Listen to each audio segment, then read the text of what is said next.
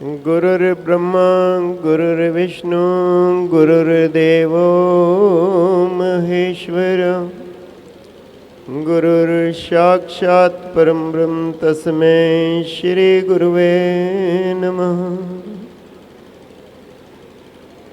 प्रत्यस्मरणीय हृदय सम्राट गटगटवासी प्राणधन महाप्रभु श्री नंगली निवासी भगवान जी के पावन चरण कमलों में कोटि कोटि दंडवत प्रणाम।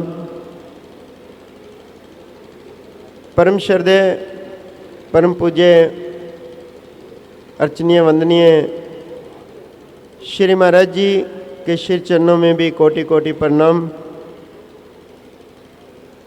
मंचासीन उपस्थित श्री सार शब्द मिशन के परमाध्यक्ष श्रद्धेय स्वामी धर्मानंद जी महाराज व गुरु दरबार का सभी उपस्थित आदरणीय संत समाज, उपस्थित प्रभु प्रेमियों, माताओं बहनों, अपनी मनोवृत्ति को एकाग्र करते हुए मेरे साथ मिलकर के जयघोष करें। बोलो जयकारा, बोलो मेरे श्री गुरु महाराज की। आप लोगों की आवाज से तो जनरेटर की आवाज ज्यादा है। आप शायद कहीं और खोए हुए हैं। थोड़ी देर के लिए जहां हैं वहीं आ जाओ, जहां बैठे हैं वहीं आ जाओ। बोलो श्री नंगली निवासी भगवान की। नाम बेड़ी संत मला और पार उतारन खामखा। मुझे तो ऐसा ही लगता है। पता नहीं क्या रहस्य है इसमें, मैं भी समझ नहीं पाया अभी तक। स्वामी जी महाराज ने देश का कोई कोना नहीं छोड़ा।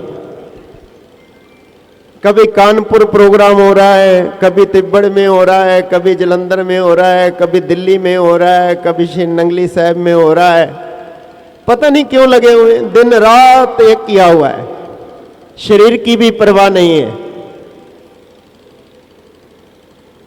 पर लगता है कि वो विधाता, वो व्यवस्था ही ऐसी करता है, जिस काम के लिए जिसको भेजा है वो उसमें लगा हुआ है। इस धरा पर श्री नंगली निवासी भगवान आए, जो पार ब्रह्म परमेश्वर का स्वरूप है, अवतार है, ऐसा हम सब का विश्वास है। उनकी सब लीलाएं भी दर्शाती हैं। कभी राम बने, कभी कृष्ण बने, कभी नानक रूप कहाए हैं, वही तो मेरे हारा वाले संत रूप धराए हैं। और ऐसा मैंने सुना है कि जब जब भी इस धरा पर वो पार ब्रह्म परमेश्वर अवतार लेते हैं, भी बस कर दो ये पीले पिलाने का सिलसिला, बहुत हो गया। हाँ, इस धरा पर जब भी वो भगवान आते हैं, शरीर धारण करते हैं, तो सब देवी देवता भी किसी ना किसी रूप में इस धरा पर उनके साथ आते हैं। अब श्रद्धेय श्री स्वामी सार शब्दानंद जी महाराज कौन से देवता रहे मुझे नहीं पता, क्योंकि वो पहचानने वाली आंख नहीं है। पर उन्होंने जो त्याग किया, जो तपस्या की, और उसके फल स्वरूप जो उन पर श्री सतगुरुदेव भगवान की कृपा बरसी। स्वामी परम जी के लिए कहा जाता है हनुमान जी। अब ये जामवंत रहे हो या किसी न किसी रूप में, ये अवश्य ही उनके कोई खास देव रहे होंगे, जो पूरे संसार की व्यवस्था करते हैं। और उन्होंने इतनी बड़ी धरोहर हमें दे दी, जिसके द्वारा हमें ये पता लगता है कि हमारे श्री नंगली निवासी भगवान क्या है। और उनके प्रेम में डूबने के लिए ऐसी ऐसी गाथाएं दे दी भजनों के रूप में, कि जिनको अगर तुम गाने लगो और उन शब्दों में डूब जाओ तो शायद ये दीन दुनिया भूल जाए। ये प्रभु की रचना वैसे तो ये तुच्छ बुद्धि समझ नहीं पाती। वो स्वामी पहले तो माया रच देते हैं और फिर उस माया से निकलने के लिए कोई रूप धारण करके आ जाते हैं। वो खेल खेल रहे हैं। वास्तव में जीवन एक तमाशा है। मुझे याद है छोटे होते जब खेला करते थे, मिट्टी पांवों पर थपथपा लेते, पांव बाहर निकलता, कहते मेरा घर बन गया।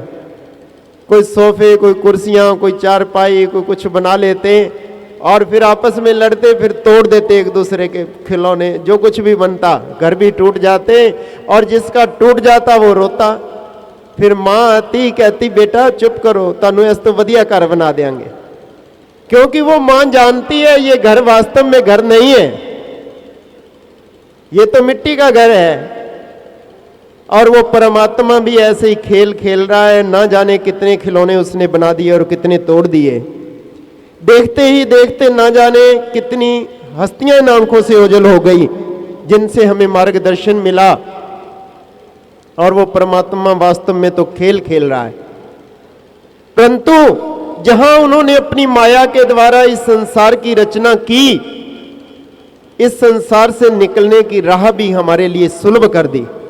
ऐसे तत्वेता महापुरुष हमें दे दिए और उन्हीं के बड़े प्यारे हीरे लाल जवाहरात यहाँ इकट्ठे हैं। क्योंकि उन पर, जिन पर उनकी कृपा होती है, उन्हीं को तो इस संसार के दुखों से निकलने की राह बताते हैं। जिधर नजर दौड़ाता हूँ माता राजरानी बैठी हैं और इधर रमेश जी बैठे हैं। आज पता नहीं क्यों वो नीचे सर किए हुए हैं, बड़े अच्छे अच्छे शेर गाते हैं। तायल जी बैठे हैं, नाम नहीं जानता मैं सबके।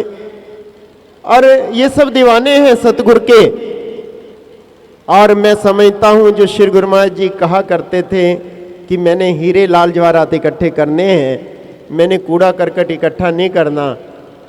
ये जो बड़ी कोर्ट होती है उसमें तो जो बिगड़े हुए केस होते हैं, जो कहीं भी नहीं सुलझ पाते हैं, वो यहाँ सुलझाए जाते हैं। तो बहुत बड़ी कृपा है उन जीवों पर जिनको यहाँ आने का सौभाग्य प्राप्त हुआ है। आवश्यकता है अब हमें उनके प्रेम में खो जाने की। अभी श्री दयाल मंदिर से आए महापुरुष कह रहे थे कि धीरे धीरे धीरे धीरे वो हमारा कल्याण कर ही देते हैं, राह सुलभ हो ही जाती है। पर मैं समझता हूं अगर वो चाहें तो एक पल भी ना लगाएं। ऐसे परमान श्री गुरु महाराज जी के जीवन चरित्र में मिलते हैं कि जिसकी तरफ नजर उठा दी समाधियां लग गई, दीन दुनिया भूल गई। 22-22 घंटे भजन करने वाले संत महापुरुष, वो सब उनकी कृपा ही तो थी। वो पल में कल्याण कर देते हैं। लेकिन शायद अगर कहीं खामियां हैं तो वो हमारी अपनी ओर से। अगर हमारा हृदय पाक पवित्र हो जाए और न्यौछावर हो जाए, हम उन पर फिदा हो जाएं, उनके उस तसव्वुर पर, तो फिर देर नहीं है। देरी है तो वो केवल और केवल हमारी अपनी ओर से।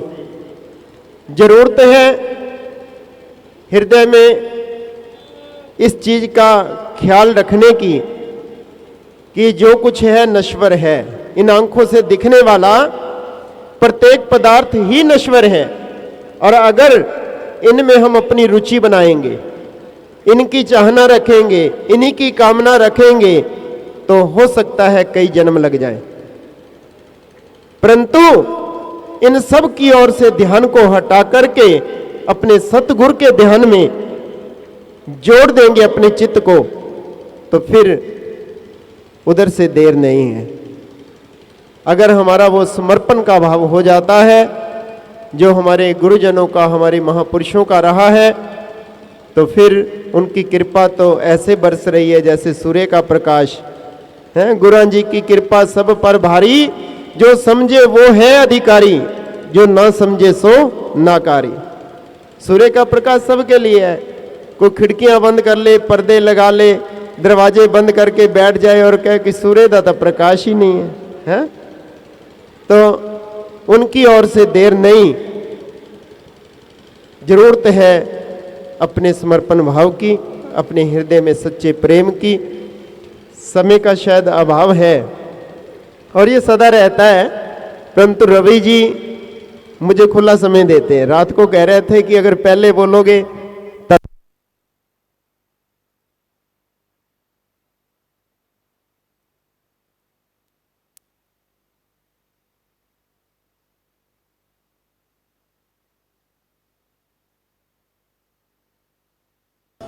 मिल जाएगी। आज किसी और कार्यक्रम में जाना था रामराज, पर जिन्होंने सबक याद किया उन्हें छुट्टी ना मिली, तो छुट्टी मिली नहीं मुझे, क्योंकि स्वामी जी महाराज बड़ा प्यार करते हैं, बड़ा स्नेह मिलता है उनसे, और उनसे मुझे प्रेरणा भी मिलती है कि किस प्रकार से दिन रात एक किए हुए ये लोगों का मार्गदर्शन तो कर ही रहे हैं, उसके साथ साथ जनता जनार्दन के लिए दरिद्र नारायण की सेवा में कैसे लगे हुए हैं। मैंने आज पहली बार यहाँ आकर के ये देखा है, पहली बार आया हूँ यहाँ पर। तपोवन में तो 2 बार आया हूँ, और यहाँ मैं पहली बार आज आया हूँ, ये देखा है वृद्ध आश्रम का इतना विशाल रूप। आज भटक गए हैं लोग अपनी राह से, क्योंकि 2 चीजें ऐसी होती हैं जिनसे जीव की जीत होती है, एक बुजुर्गों का आशीर्वाद और एक गुरु की कृपा। जिसको ये प्राप्त हो जाए उसकी कभी हार नहीं होती। कवच अमेद विपर गुरु पूजा, तेई सम विजय उपाय न दूजा। और आज व्यक्ति दोनों चीजों से वंचित हो रहा है। बड़े बुजुर्गों की सेवा नहीं कर पाते और वो बेचारे दुखी होकर के वृद्ध आश्रम में आते हैं। मैं आपसे ये निवेदन करूंगा कि आप जब कभी भी कहीं बाहर से आओ, एक बार अपने पिता के, माँ के पांव छू करके उनसे आशीर्वाद लिया करो। उनको जितनी प्रसन्नता आपके मिलने से होगी, शायद कुछ खिलाने पिलाने या और सेवा करने से भी ना हो। तो बुजुर्गों का आशीर्वाद अगर तुम्हारे साथ है तो तुम्हारी हार कभी दुनिया में हो नहीं सकती। बुजुर्गों की दुआएं मिल जाएं तो जीत ही जीत है। और सतगुरु की कृपा तो एक ऐसा कवच है, कवच अमेद, जिसको मेदा ना जा सके। कवच अमेद विपर गुरु पूजा, तेई सम विजय उपाय ना दूजा। उसके समान विजय प्राप्त करने का और कोई साधन नहीं है। तो अगर सतगुरु की कृपा चाहते हैं तो हम सदैव अपने सतगुरु का ध्यान सिमरन करते रहें। और मैं एक शेर कह करके अपनी वाणी को विराम दूंगा कि अगर आप दिन में बादशाहों की तरह जीना चाहते हैं तो आप अमृत वेला में उस खुदा के सामने भिखारी बन जाओ। बादशाही तो आपके चरण चूमेगी। जिस दिल में सतगुरु की तस्वीर बन गई उसकी तो मानो तकदीर बन गई। और जिसने भी कर लिया मेरे सतगुरु से प्यार, जन्नत तो उस घर की जहांगीर बन गई। तो इन्हीं शब्दों के साथ श्री महाराज जी के शिर चरणों में कोटि कोटि नमन, और उनके शिर चरणों में यही प्रार्थना करता हूँ कि हमें ऐसी शक्ति दें कि हम भी आपके बताए हुए मार्ग पर चल करके अपने जीवन को आनंदित कर सकें और जीवन का परम लाभ प्राप्त कर सकें। उनके शिर चरणों में श्री अद्वैत स्वरूप विचाराश्रम फतेहाबाद ट्रस्ट की ओर से श्री कोटिश कोटिश नमन। बोलो जयकारा, बोलो मेरे श्री गुरु महाराज की जय।